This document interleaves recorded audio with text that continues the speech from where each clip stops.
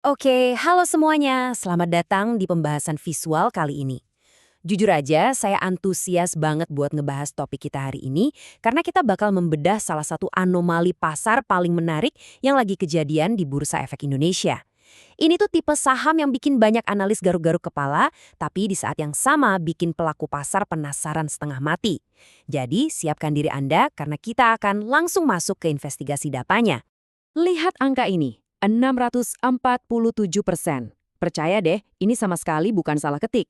Ini adalah imbal hasil yang luar biasa mencengangkan dalam rentang 1 tahun terakhir buat saham PT Red Planet Indonesia (TBK), atau yang mungkin lebih Anda kenal dengan kode emiten PSKT. Coba bayangin, kalau ledakan pertumbuhan sebesar ini ada di portofolio Anda. Gak heran kan kalau angka ini langsung memikat perhatian pasar dan bikin kita semua nanya, tunggu dulu, ini ada apa? Nah, disinilah anomali gila itu muncul. Ada semacam disonansi kognitif yang tajam banget. Gini, di satu sisi kita lihat lonjakan kinerja saham yang meroket sampai 647% tadi. Tapi di sisi lain, realitas keuangannya justru nunjukin kalau perusahaan perhotelan budget ini mencatatkan rugi bersih sampai 8 miliar rupiah di kuartal ketiga 2025. Logikanya, gimana ceritanya sebuah perusahaan yang terus-terusan rugi bisa ngalamin lonjakan harga saham semasif itu? Sebenarnya apa sih yang lagi terjadi di balik layar? Mari kita selami teka-teki ini. Buat bongkar misteri ini, kita nggak bisa cuma pakai satu kacamata aja. Di sesi ini, kita bakal pakai pendekatan investigatif terstruktur, mengamati aset yang sama lewat 4 mikroskop yang beda banget. Mulai dari fundamental dan permajaan asetnya, lalu pergerakan smart money alias bandarmologinya, murni analisis teknikal, sampai ke sudut pandang yang cukup unik yaitu astrologi finansial di 2026. Baru nanti kita tarik kesimpulannya. Kita mulai dari pilar yang pertama dulu ya, yaitu ngelihat langsung realitas keras dari fundamental dan rencana permajaan aset mereka. Ibarat rumah yang lagi direnovasi, kita lihat dulu nih pipa-pipanya yang bocor. Realitas kerugian ini emang lumayan berat buat industri perhotelan. Kerugian PSKT ini bukannya nyusut, malah membengkak dari 7 miliar rupiah di akhir 2024 jadi 8 miliar rupiah pada kuartal ketiga 2025. Terus pertanyaannya, kenapa bisa gitu? Jawabannya simpel, yaitu imbas dari biaya operasional dan tekanan makroekonomi. Harga aftur yang tinggi banget bikin biaya perjalanan melambung. Dan efek dominonya, tingkat okupansi hotel budget kayak Monolog yang dikelola PSKT ini kepukul keras. Ujung-ujungnya, defisit operasional mereka makin membesar. Menghadapi tekanan berat itu, manajemen akhirnya ngambil langkah yang cukup drastis.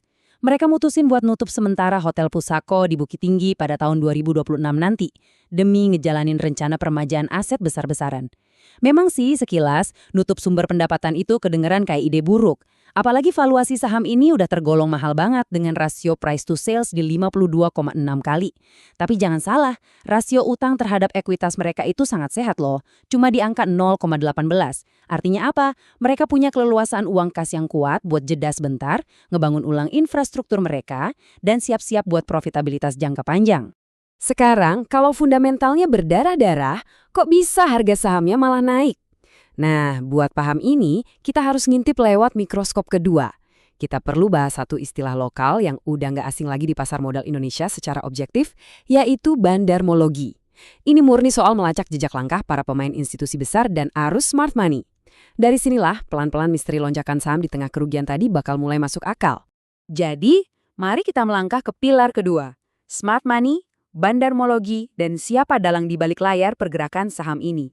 Nah, yang bener-bener bikin geleng-geleng kepala di sini adalah gimana distribusi kekuatannya. Coba perhatikan, basis utama Prima, sebuah entitas bisnis di bawah naungan tokoh kuat Happy Hapsoro, megang kendali sampai 40%. Terus, kalau kita hitung, porsi saham yang bener-bener beredar di publik itu cuma nyisa 20% doang. Di mekanika pasar modal, persentase publik sekecil ini adalah resep sempurna buat menciptakan volatilitas harga yang ekstrim. Artinya, cuma butuh sedikit aja likuiditas buat bikin harga saham ini terbang ke bulan. Atau sebaliknya, anjlok parah. Lalu dari mana datangnya likuiditas itu? Jawabannya, sentimen dan rumor.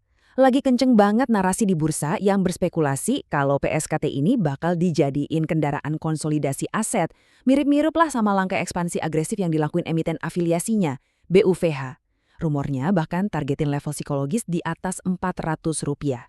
Dan menariknya, data ringkasan broker juga nunjukin ada akumulasi institusional besar-besaran dari pialang raksasa kayak Mandiri Sekuritas dan UBS. Jadi, ekspektasi merger dan akuisisi inilah bensin utamanya, yang sukses nutupin sentimen negatif dari laporan keuangan yang jelek tadi. Jadi, kemana arah harga selanjutnya? Saya yakin pertanyaan ini lagi muter-muter di kepala Anda sekarang. Kalau fundamentalnya lagi jelek, tapi smart money terus-terusan borong karena rumor gede, besok pergerakannya bakal gimana dong? Nah, buat jawab itu, kita harus singkirin dulu semua narasi korporasi tadi dan fokus murni ke bahasa matematika di atas grafik. Ini membawa kita ke pilar ketiga, analisis teknikal dan target, alias cetak biru pergerakan harganya. Tolong tandai baik-baik level krusial ini di benak Anda ya. Titik keseimbangan atau pivot point penentu arah trennya itu ada di 261. Kalau ngomongin target penguatan agresif, resistensi maksimum ada di 284. Tapi, nah ini yang paling penting, pertahanan terakhir dari tren naik ini alias support utamanya ada di level 242. Kenapa ini krusial? Karena kalau sampai harga jebol ke bawah 242, struktur teknikalnya bakal berubah drastis dan bisa memicu pelemahan parah balik ke area level 200. Hati-hati.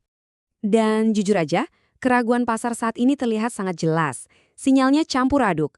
Indikator RSI ada di posisi netral positif di 59,39, tapi indikator MACD justru udah mancarkan sinyal jual. Harga sahamnya sekarang lagi berayun nempel di pergerakan rata-rata 200 harinya. Jadi, lagi ada semacam tarik tambang nih. Antara tekanan jual dari investor yang mau ambil untung, lawan dorongan beli dari mereka yang masih percaya sama rumor akuisisi. Hasilnya, saham ini terjebak di fase konsolidasi yang tegang banget. Dan arah selanjutnya sangat bergantung pada ledakan volume perdagangan. Oke, sekarang kita masuk ke lensa terakhir kita, pilar keempat, astrologi finansial di 2026, buat ngelihat perakiraan cuaca pasarnya secara unik. Sebagai tambahan data untuk peramalan, coba deh perhatikan bagaimana siklus planet ini seolah-olah selaras sama jadwal korporasinya. Di awal tahun 2026, dari Januari sampai Maret, ada Jupiter retrograde yang nandain masa-masa sulit. Anehnya, ini pas banget dong sama jadwal dunia nyata, di mana perusahaan nutup operasional Hotel Pusako, tapi perhatikan pertengahan tahunnya, Juni sampai Agustus. Jupiter masuk ke fase eksaltasi, yang secara historis nunjukin momentum puncak buat bangkitnya sektor pariwisata dan hotel. Sekali lagi, di sini kita ngelihat pertarungan dua sisi. Pengaruh energi Jupiter bawa aliran modal masuk dan ekspansi spekulatif yang ngedorong harga saham terus melambung tinggi gara-gara rumor.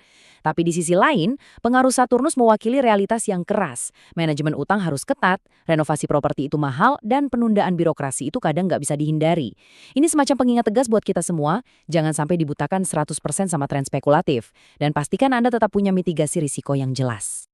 Sekarang, mari kita tarik mundur dan lihat gambaran utuhnya di bagian sintesis dan kesimpulan akhir. Jadi, apa inti dari semua data ini? Kalau disingkat, PSKT ini adalah permainan asset turnaround. Ini adalah peluang dengan resiko tinggi, tapi juga potensi imbalan yang tinggi. Dari sisi fundamental, jelas butuh kesabaran ekstra buat nungguin hasil permajaan aset di 2026. Tapi dari kacamata bandarmologi, dukungan institusinya kuat dan euforia M&A-nya memang menopang harga. Secara teknikal, kita lagi di fase konsolidasi kritis dekat level pivot 260 tadi. Intinya, Anda harus menerapkan disiplin stop loss yang sangat ketat karena ini jelas bukan tipe saham yang bisa dibeli terus ditinggal tidur. Pada akhirnya, semua ini ninggalin satu pertanyaan provokatif buat kita. Akankah kekuatan kapital raksasa dari smart money dan waktu perbaikan aset di 2026 ini benar-benar berhasil menyulap operator hotel yang lagi rugi ini jadi bisnis yang untung secara fundamental? Kasus PSKT ini jadi studi kasus luar biasa yang membuktikan kalau di bursa saham, harga seringkali nggak mencerminkan apa yang terjadi hari ini, tapi apa yang diyakini pasar akan terjadi esok hari. Terus pelajari data, lindungi modal Anda, dan jangan pernah berhenti mempertanyakan apa yang ada di balik angka-angka. Terima kasih udah gabung di pembahasan visual ini.